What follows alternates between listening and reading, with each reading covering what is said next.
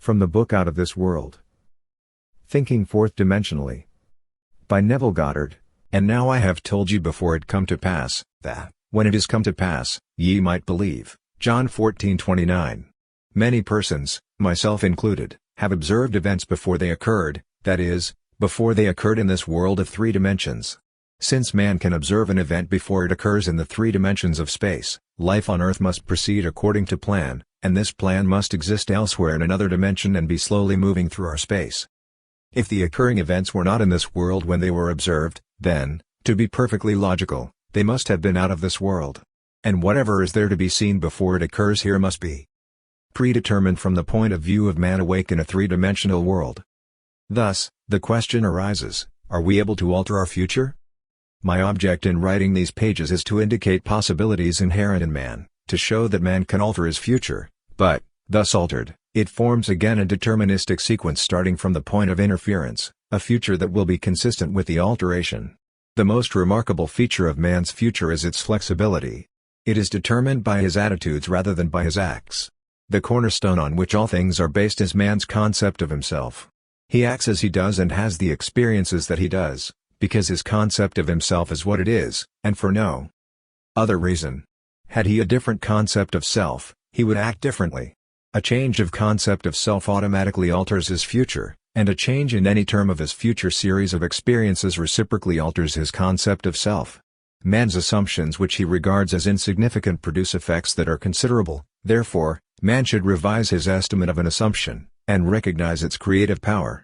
All changes take place in consciousness. The future, although prepared in every detail in advance, has several outcomes. At every moment of our lives, we have before us the choice of which of several futures we will choose. There are two actual outlooks on the world, possessed by everyone, a natural focus and a spiritual focus. The ancient teachers called the one the carnal mind, the other the mind of Christ. We may differentiate them as ordinary waking consciousness, governed by our senses, and a controlled imagination, governed by desire. We recognize these two distinct centers of thought in the statement, "The natural man receiveth not the things of the Spirit of God, for they are foolishness unto him, neither can he know them, for they are spiritually discerned." The natural view confines reality to the moment called now. To the natural view, the past and future are purely imaginary. The spiritual view, on the other hand, sees the contents of time. It sees events as distinct and separated as objects in space. The past and future are a present. Hold to the spiritual view. What is mental and subjective to the natural man is concrete and objective to the spiritual man. The habit of seeing only that which our senses permit renders us totally blind to what we otherwise could see. To cultivate the faculty of seeing the invisible, we should often deliberately disentangle our minds from the evidence of the senses and focus our attention on an invisible state, mentally feeling it and sensing it until it has all the distinctness of reality. Earnest, concentrated thought focused in a particular direction shuts out other sensations and causes them to disappear. We have but to concentrate on the state desired in order to see it. The habit of withdrawing attention from the region of sensation and concentrating it on the invisible develops our spiritual outlook and enables us to penetrate beyond the world of sense and to see that which is invisible. For the invisible things of Him from the creation of the world are clearly seen. Romans 1:20. This vision is completely independent of the natural faculties. Open it and quicken it. Without it, these instructions are useless, for the things of the Spirit are spiritually discerned. A little practice will convince us that we can, by controlling our imagination, reshape our future in harmony with our desire. Desire is the mainspring of action. We could not move a single finger unless we had a desire to move it. No matter what we do, we follow the desire which at the moment dominates our minds. When we break a habit, our desire to break it is greater than our desire to continue in the habit. The desires which impel us to action are those that hold our attention. A desire is but an awareness of something we lack or need to make our life more enjoyable. Desires always have some personal gain in view. The greater the anticipated gain, the more intense is the desire. There is no absolutely unselfish desire. Where there is nothing to gain, there is no desire and consequently no action. The spiritual man speaks to the natural man through the language of desire. The key to progress in life and to the fulfillment of dreams lies in ready obedience to its voice. Unhesitating obedience to its voice is an immediate assumption of the wish. Fulfilled. To desire a state is to have it. As Pascal has said, "You would not have sought me had you not already found me." Man, by assuming the feeling of his wish fulfilled, and then living and acting on this conviction, alters the future in harmony with his assumption. Assumptions awaken what they affirm.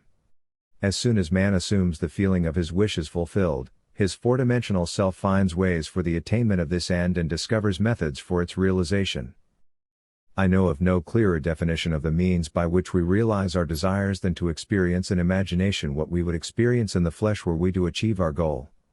This experience of the end wills the means. With its larger outlook, the four-dimensional self then constructs the means necessary to realize the accepted end. The undisciplined mind finds it difficult to assume a state which is denied by the senses. Here is a technique that makes it easy to encounter events before they occur, to call things which are not seen as though they were. People have a habit of slighting the importance of simple things, but this simple formula for changing the future was discovered after years of searching and experimenting. The first step in changing the future is desire, that is, define your objective, know definitely what you want. Secondly, construct an event which you believe you would encounter following the fulfillment of your desire. An event which implies fulfillment of your desire. Something that will have the action of self predominant. Thirdly, immobilize the physical body and induce a condition akin to sleep. Lie on a bed or relax in a chair and imagine that you are sleepy.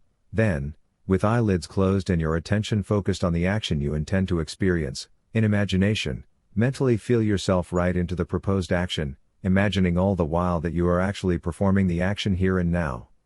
You must always participate in the imaginary action, not merely stand back and look on, but you must feel that you are actually performing the action so that the imaginary sensation is real to you. It is important always to remember that the proposed action must be one which follows the fulfillment of your desire, and, also, you must feel yourself into the action until it has all the vividness and distinctness of reality. For example, suppose you desire a promotion in the office. Being congratulated would be an event you would encounter following the fulfillment of your desire. Having selected this action as the one, you will experience in imagination, immobilize the physical body, and induce a state akin to sleep, a drowsy state, but one in which you are still able to control the direction of your thoughts, a state in which you are attentive without effort. Now, imagine that a friend is standing before you. Put your imaginary hand into his. First, feel it to be solid and real, then carry on an imaginary conversation with him in harmony with the action. Visualize yourself at a distance in point of space and at a distance in point of time being congratulated on your good fortune. Instead, make it elsewhere. Here, and the future now. The future event is a reality now in a dimensionally larger world. Oddly enough, now in a dimensionally larger world, is equivalent to here in the ordinary three-dimensional space of everyday life. The difference between feeling yourself in action, here and now, and visualizing yourself in action as though you were on a motion picture screen, is the difference between success and failure. The difference will be appreciated if you will now visualize yourself climbing a ladder. Then, with your eyelids closed, imagine that a ladder is right in front of you and feel you are actually climbing it. Desire, physical immobility bordering on sleep, and imaginary action in which self-feelings predominate, here and now, are not only important factors in altering the future, but they are essential conditions in consciously projecting the spiritual self. If, when the physical body is immobilized, we become possessed of the idea to do something, and imagine that we are doing it here and now and keep the imaginary action feelingly going right up until sleep ensues, we are likely to awaken out of the physical body to find ourselves in a dimensionally larger world with a dimensionally larger focus and actually doing what we desired and imagined we were doing in the flesh. But whether we awaken there or not, we are actually performing the action in the fourth-dimensional world, and we will reenact it in the future, here in the third-dimensional world. Experience has taught me to restrict the imaginary action, to condense the idea which is to be the object of our meditation into a single act, and to reenact it over and over again until it has the feeling of reality. Otherwise, the attention will wander off along an associational track, and hosts of associated images will be presented to our attention. In a few seconds, they will lead us hundreds of miles away from our objective in point of space and years away in point of time. If we decide to climb a particular flight of stairs because that is the likely event to follow the realization of our desire, then we must restrict the action to climbing that particular flight of stairs. Should our attention wander off, we must bring it back to its task of climbing that flight of stairs and keep on doing so until the imaginary action has all the solidity and distinctness of reality. The idea must be maintained in the field of the presentation without any sensible effort on our part. We must, with the minimum of effort, permeate the mind with the feeling of the wish fulfilled. Drowsiness facilitates change because it favors attention without effort, but it must not be pushed to the stage of sleep, in which we shall no longer be able to control the movements of our attention, but rather a moderate degree of drowsiness in which we are still able to direct our thoughts. A most effective way to embody a desire is to assume the feeling of the wish fulfilled and then, in a relaxed and sleepy state, repeat it over and over again. Like a lullaby, any short phrase which implies fulfillment of our desire, such as thank you, as though we addressed a higher power for having done it for us. If, however, we seek a conscious projection into a dimensionally larger world, then we must keep the action going right up until sleep ensues.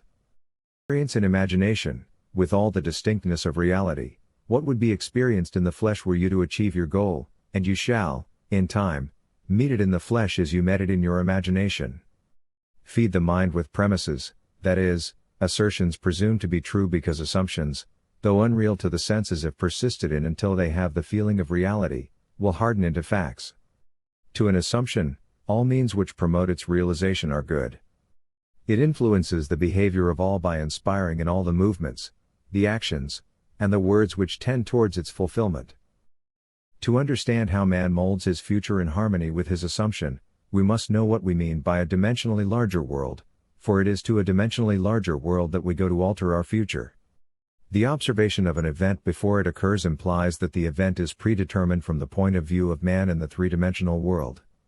Therefore, to change the conditions here in the 3 dimensions of space, we must first change them in the 4 dimensions of space. Man does not know what is meant by a dimensionally larger world and would no doubt deny the existence of a dimensionally larger self. He is quite familiar with the 3 dimensions of length, width and height, and he feels that if there were a 4th dimension, it should be just as obvious to him as the dimensions of length, width and height.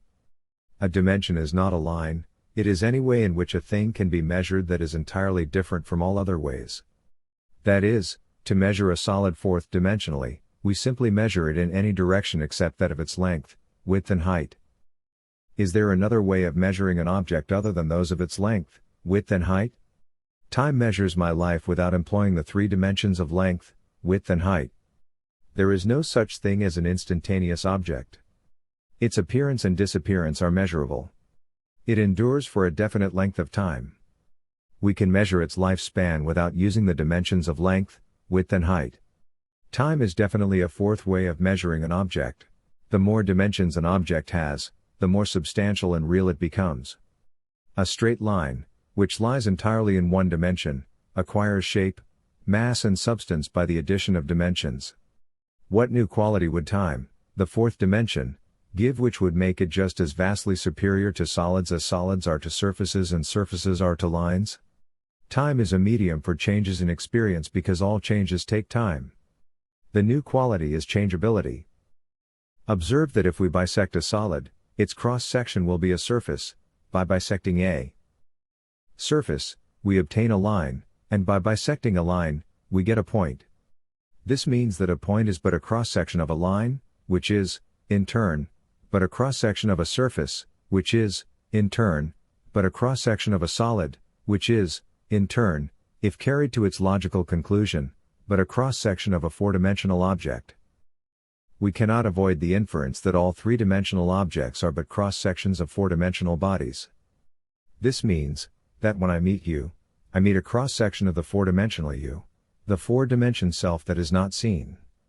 To see the 4-dimensional self, I must see every cross-section or moment of your life from birth to death and see them all as coexisting.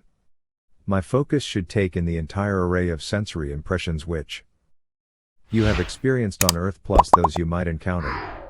I should see them, not in the order in which they were experienced by you, but as a present whole. Because change is the characteristic of the fourth dimension, I should see them in a state of flux as a living, animated whole. If we have all this clearly fixed in our minds, what does it mean to us in this three-dimensional world? It means that, if we can move along time's length, we can see the future and alter it as we so desire. This world, which we think so solidly real, is a shadow out of which and beyond which we may at any time pass. It is an abstraction from a more fundamental and dimensionally larger world, a more fundamental world abstracted from a still more fundamental and dimensionally larger world, and so on to infinity.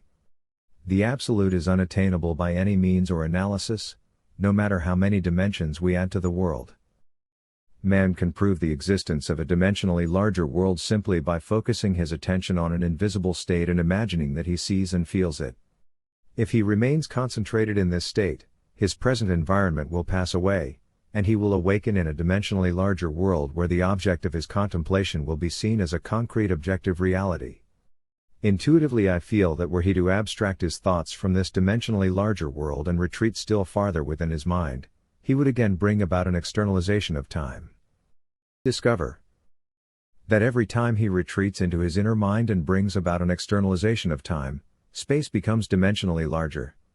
And he would, therefore, conclude that both time and space are serial and that the drama of life is but the climbing of a multitudinous dimensional time block.